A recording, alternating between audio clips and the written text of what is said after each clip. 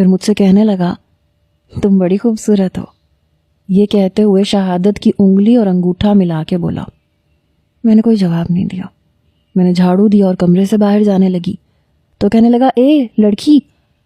میں نے اسے پلٹ کے دیکھا تو کہنے لگا تمہارا نام کیا ہے؟ میں نے کہا زہرا. کہنے لگا زہرا نام بڑا پیارا ہے، میرا نام شہیر ہے. میں نے کہا جی. یہ کہہ کے میں نے دروازے کا نوب گھمایا تو اٹھ کے میرے پاس آ گیا. کہنے لگا مجھ سے دوستی کرو گی کیا؟ میں نے کہا نہیں میں لڑکوں سے دوستی نہیں کرتی. کہنے لگا مجھ سے کر لو، کچھ نہیں ہوتا، دوستی تو کسی سے بھی کی جا سکتی ہے، دوستی میں لڑکا لڑکی تھوڑی ہوتا ہے، دیکھو میں بہت اچھا لڑکا ہوں. میں جلدی سے دروازہ کھول کے باہر جانے لگی تو اس نے میرا بازو پکڑ لیا. میں بری طرح سے گھبرائی. وہ مجھے غصے سے دیکھنے لگا.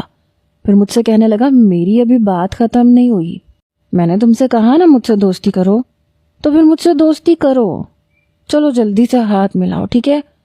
یہ کہہ کے اس نے خود ہی میرا ہاتھ پکڑا اور مجھ سے ہاتھ ملانے لگا. میں یوں تھی جیسے میرے سینے میں دل دھڑکنا بھول گیا ہو. وہ کہنے لگا آج کے بعد تم میری دوست ہو اور میں تمہارا دوست ہوں، تم میری ہو میں تمہارا ہوں، سمجھی نا؟ میں نے تم سے دوستی کر لی ہے. میں نے اپنا ہاتھ چھڑوایا اور جلدی سے کمرے سے باہر نکل آئی. سیڑھیاں پھلانگتی ہوئی میں نیچے اتری. مجھے پتہ نہیں کیوں اس لڑکے سے ڈر لگ رہا تھا. میں جتنا اس سے دور بھاگنے کی کوشش کر رہی تھی وہ اتنا میرے قریب آنے کی کوشش کر رہا تھا. میں جلدی سے کچن میں چلی گئی اور شام کا کھانا بنایا. اس وقت تک مالکن بھی باہر جانے کے لیے تیار ہو گئی تھی. میں نے کہا میں نے کھانا بنا دیا ہے تو اب میں جا رہی ہوں. مالکن کہنے لگی ٹھیک ہے تم جاؤ لیکن صبح جلدی آ جانا. میں نے کہا ٹھیک ہے.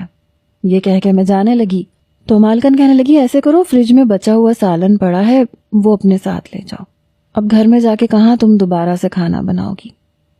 ویسے وہ خاتون کافی ہمدرد قسم کی لگ رہی تھی لیکن مجھے سارا ڈر اس کے بیٹے سے لگ رہا تھا. میں نے فریج میں سے سالن نکالا، ایک شاپر میں ڈالا اور گھر چلی گئی.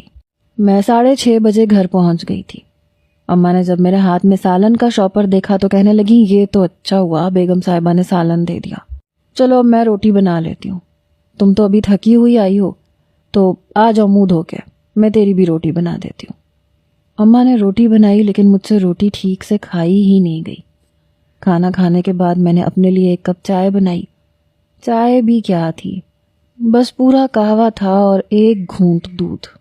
چائے پینے کے بعد میں بھی چارپائی پہ لیٹ گئی. پتہ نہیں کیوں میرا دل نہیں چاہ رہا تھا میں اگلے روز وہاں کام پہ جاؤں. نیند بھی نہیں آ رہی تھی. پتہ نہیں وہ کیسا لڑکا تھا، کیوں زبردستی مجھ سے دوستی کر چکا تھا. میں تو نہیں کرنا چاہتی تھی اس سے دوستی. پتہ نہیں کیوں میرا دل کسی سوکھے پتے کی طرح کانپ رہا تھا. اگلے روز اماں نے مجھے جگایا، کہنے لگی جلدی سے ناشتہ کرو اور کام پہ جاؤ. بیگم صاحبہ کو دیر سے کام پہ آنے والی لڑکیاں بالکل پسند نہیں ہیں. میں نے کہا اماں مجھے یہاں کام نہیں کرنا، اس کا بیٹا پاگل ہے، میں نہیں جاؤں گی. اماں کہنے لگی پاگل ہو گئی ہو کیا؟ پتہ ہے 25,000 دے رہی ہیں وہ، اور پھر تمہیں جگہ جگہ کام کرنے نہیں جانا پڑے گا. وہ لڑکا کم عقل ہے لیکن تمہیں کچھ بھی نہیں کہے گا، وہ بہت اچھا لڑکا ہے. میں نے کہا آپ کو پتہ ہے نا مجھے شروع سے ایسے لوگوں سے بہت ڈر لگتا ہے. آپ کو پتہ ہے جب محلے میں وہ پاگل عورت آتی تھی تو میں کیسے اپنے گھر کے کمرے میں چھپ جاتی تھی. مجھے بہت ڈر لگتا ہے امی، میں وہاں نہیں جاؤں گی. میں نے اماں کی منت کرنی شروع کر دی لیکن اماں پہ کوئی اثر نہیں ہوا. پھر اماں کہنے لگی ایک تو میرے گھٹنوں کا مسئلہ ہے، یہ نہ ہوتا تو میں خود چلی جاتی. اتنی اچھی نوکری کو ٹھکرانا تو بے وقوفی ہے. کیا باولی ہو گئی ہے، وہ کچھ نہیں کہے گا تمہیں، تم اس سے پیار سے بات کرو گی تو وہ بھی پیار سے رہے گا، بس جو کہے اس کی بات مان لینا.